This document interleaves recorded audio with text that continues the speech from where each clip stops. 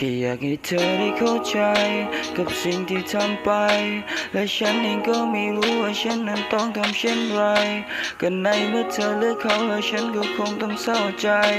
และฉันก็คงต้องเหงาแค่ปล่อยให้เรื่องมันเป็นไปแค่อยากให้เธอได้เข้าใจกับสิ่งที่ทำไปและฉันเองก็ไม่รู้ว่าฉันนั้นต้องทำเช่นไรก็ในเมื่อเธอเลือกเขาแล้วฉันก็คงต้องเศร้าใจและฉันก็คงต้องเหงาแค่ปล่อยให้เรื่องมันเป็นไปคิดถึงวันที่ฉันเคยตามจีบบรรยากาศช่างโรแมนติกชอบตอนเธอยิ้มหวานแต่แล้วตอนนี้เธอหายไปไหนอีกเพราะผมคงไม่มีสิทธิ์ถ้าเกิดให้เธอมารักกับผมมันคงจะไม่มีสิทธิ์ก็เธอน่ะสวยในทุกมุมน่ารักกว่าทุกคน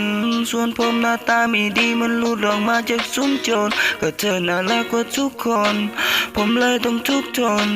ส่วนผมรักเธอคนเดียวแต่เธอน่ารักกับทุกคน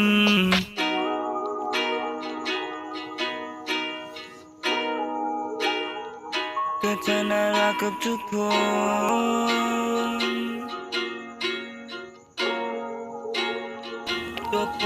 แค่อยากให้เธอได้เข้าใจกับสิ่งที่ทำไป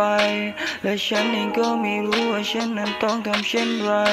ก็ในเมื่อเธอเลือกเขาแล้วฉันก็คงต้องเศร้าใจและฉันก็คงต้องเหงาแค่ปล่อยให้เรื่องมันเป็นไปแค่อยากให้เธอได้เข้าใจกับสิ่งที่ทำไปและฉันเองก็ไม่รู้ว่าฉันนั้นต้องทำเช่นไรก็ในเมื่อเธอเลือกเขาแล้วฉันก็คงต้องเศร้าใจและฉันก็คงต้องเหงาแค่ปล่อยให้เรื่องมันเป็นไปและฉันนั้นต้องทำเช่นไรเมื่อเธอเลือกจะไปกันในเมื่อเธอเลือกเขาแล้วฉันก็คงต้องเศร้าใจถ้าเกิดว่าเธอนั้นเหงาแค่โทรมาพร้อมรับสาย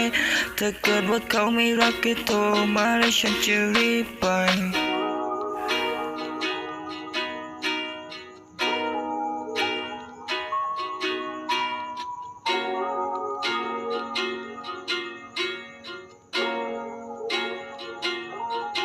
แค่อยากให้เธอได้เข้าใจ